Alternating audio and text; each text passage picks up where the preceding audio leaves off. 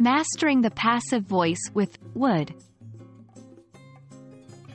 Hello everyone. In today's English learning video, we are diving into an important part of English grammar, the passive voice. More specifically, we're focusing on how we can use would in the passive voice. If you're ready, let's unravel this topic together.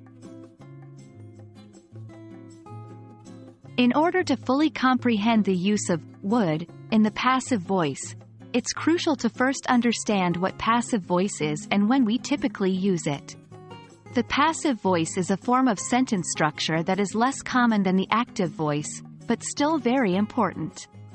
It's used when the focus is on the action, and not on who or what is performing the action.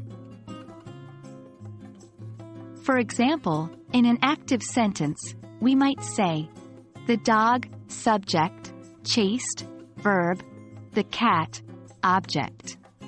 But in a passive sentence, the cat becomes the focus. The cat was chased by the dog. The verb changes to include a form of to be, and the past participle of the original verb, in this case, was chased.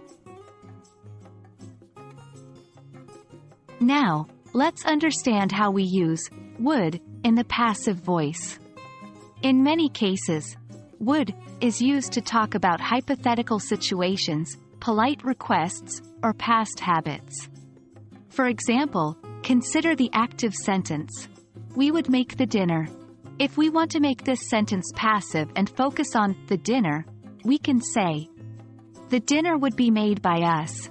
Here, would be is followed by the past participle of the main verb.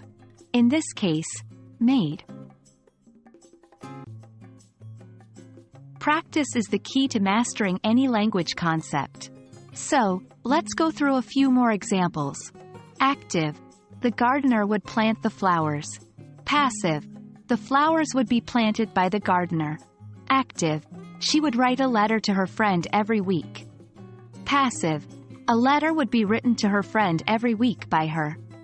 You can see how the focus of each sentence shifts when we use the passive voice.